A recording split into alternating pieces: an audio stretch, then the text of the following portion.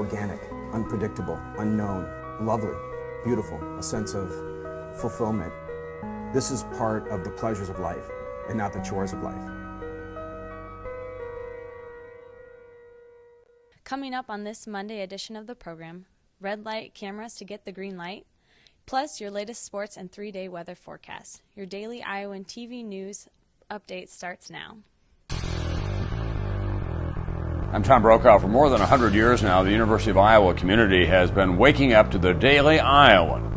Today, it's the largest newsroom in eastern Iowa. And now you can see the news every night on Daily Iowan TV and get it anytime worldwide at dailyiowan.com.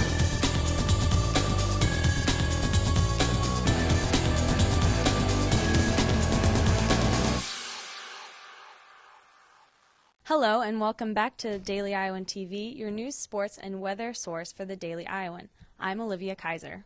On Tuesday evening, the Iowa City Council will have a second consideration regarding the ordinance that would repeal the automatic traffic enforcement law already in place, banning the use of drones, red light cameras, and license plate recognition systems. City councilors approved a red light camera ordinance in February 2012. However, a group of Iowa City residents called Stop Big Brother are opposing the growing use of surveillance technology, gathering more than 4,000 signatures petitioning against the law. Initially, the petition was just focused on red light cameras. However, it has since expanded to cover license plate readers and drones to stay one step ahead. City Attorney Eleanor Dilks expects the ordinance to pass at both the first reading and the second. The law would take effect on June 27th if passed. Now a check of the weather, where our own Rebekah Sons is standing by. And Rebekah, what can we expect for the next few days?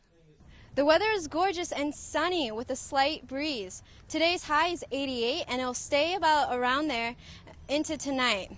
As we head into the week, the temperatures will get warmer eventually with partly cloudy skies and increased chance of rain near the end. Tuesday's high will be 80 and Wednesday looks pretty much the same with a high of 81. Thursday will bring in the chance of rain throughout the day, about 20% chance, and that's the latest weather. Back to you in the studio. After an initial setback in construction of the University of Iowa Library in April, officials are saying students and residents can expect more of the same before its completion. The continuing construction is to provide a new 37,000 square foot learning commons area for the building. The commons will hold 500 students with an expected price tag of roughly $14.6 million as of last month. Only a portion of the learning commons will be ready by the fall semester. University of Iowa spokesperson Tom Moore told the Daily Iowan the soonest everything would be available would be December 12th, but could push into the next year.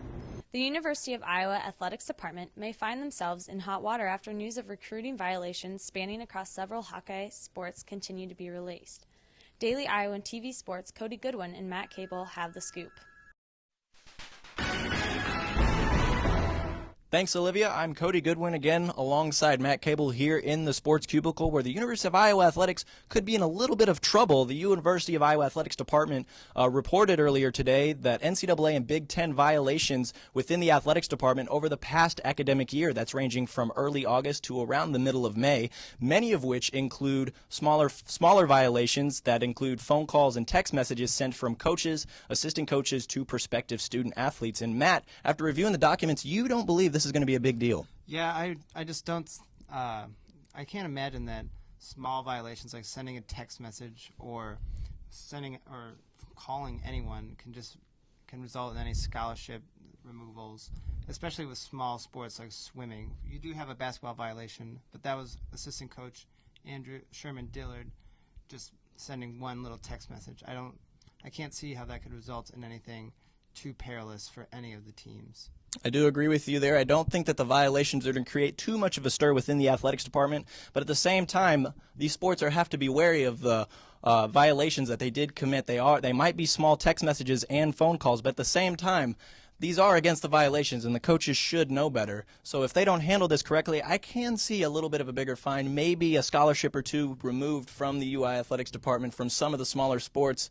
But I do agree with you in whole. This shouldn't be too big of a deal if handled correctly by the UI Athletics Department. We'll know more about that in the coming days. But for now, back to you, Olivia. Well, that's going to do it for us here on this Monday edition of the program. For more on all of today's stories, be sure to check out Tuesday's pages of the Daily Iowan, and only with the Daily Iowan TV can you get a sneak peek into those pages. Read about the latest on the recruiting violations that may affect several Iowa sports and more on the Tuesday night City Council meeting. That's your latest edition of Daily Iowan TV. Be sure to check us out at the same time or anytime online at dailyiowan.com. Thanks for watching and have a good night.